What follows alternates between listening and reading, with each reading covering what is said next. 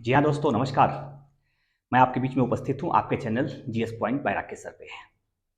दोस्तों मैं बता दूं कि आज हमारी क्लासेस राष्ट्रपति और राज्यपाल के संदर्भ में अंतिम क्लासेस होगी, महत्वपूर्ण क्लासेस होगी।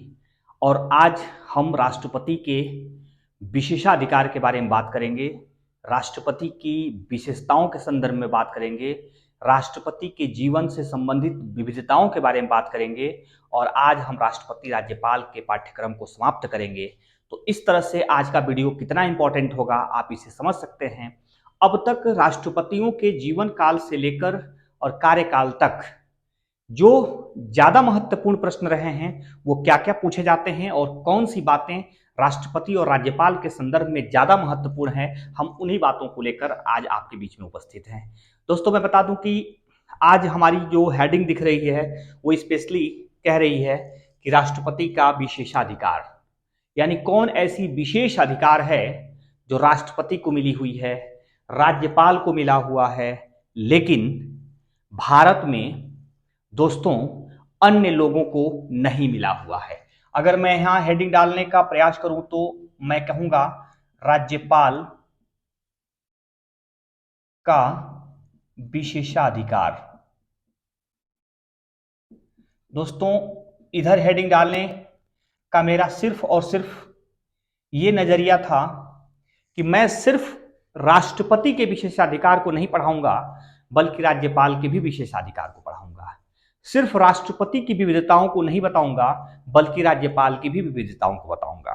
तो दोस्तों विशेषाधिकार वो चीज होता है जो सबको नहीं प्राप्त होता है, किसी विशेष लोगों को ही प्राप्त होता है। और भारत के राष्ट्रपति तथा राज्यों के राज्यपाल को कौन ऐसी बातें हैं जो हमारे अन्य जन को, हमारे देश के अन्य नागरिकों को नहीं प्राप्त है, लेकिन इन दो महापुरुषों को, इन दो पदाधिकारियों को जरूर से प्राप्त है, वो है विशेषाधिकार। सबसे पहले 361 आर्टिकल 361 में कहा गया है दोस्तों कि भारत के राष्ट्रपति या राज्यपाल को किसी भी प्रकार से किसी भी न्यायालय में किसी वाद के लिए मजबूर नहीं किया जा सकता है, न इनके ऊपर किसी न्यायपालिका में मुकदमा दायर किया जा सकता है और न ही दोस्तों इनके खिलाफ न्यायपालिका में कोई कार्यवाही की जा सकती है। दोस्तों ये सब कुछ नहीं हो सकता है और किसी भी कार्य के लिए यह न्यायपालिका के प्रति जिम्मेदार लोग नहीं हैं।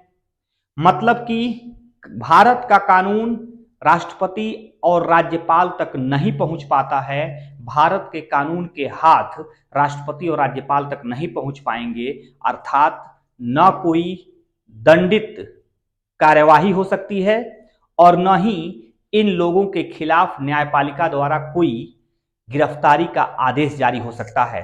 तो दोस्तों कितना बड़ा पोस्ट है।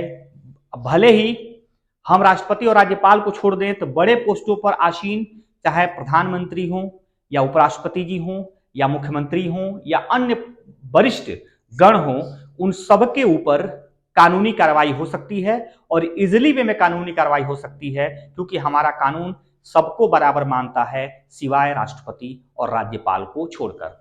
दोस्तों तो ये तो बात हो गई कि राष्ट्रपति की न गिरफ्तारी हो सकती है, न किसी न्यायपालिका में कोई सुनवाई हो सकती है, न उनके खिलाफ कोई याचिका दायर हो सकता है, न ही वो लोग न्यायपालिका के खिलाफ जवाबदेही हो सकते हैं, न किसी प्रकार के उनके आदेशों को लेकर न्यायपालिका या फिर किसी भी कोर्ट में कोई सुनवाई हो सकती है। तो दोस्तों इस प्रकार के कार्य तो आप जानेंगे नहीं हो सकता है।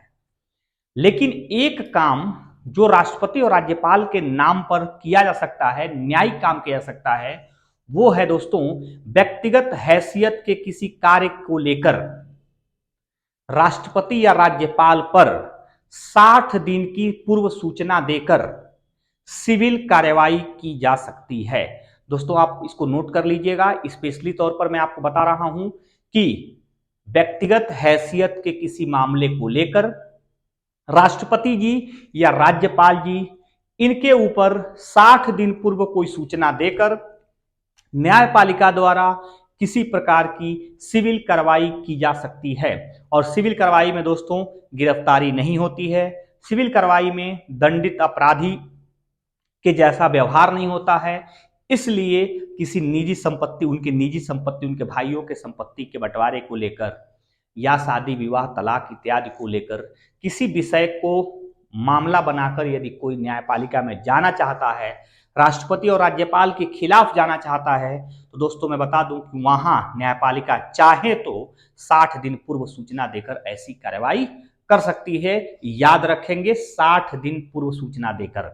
आपको बार बार ये बताया जाता है कि संसद में यदि कोई सदस्य 60 दिन तक लगातार संसद की कार्यवाही में भाग नहीं लेता है तो लोकसभा अध्यक्ष या फिर राज्यसभा के सभापति उस सदस्य को बर्खास्त भी कर सकते हैं। तो 60 दिन एक ऐसा इंपॉर्टेंट अंक है जिसको आपको याद रखनी होगी।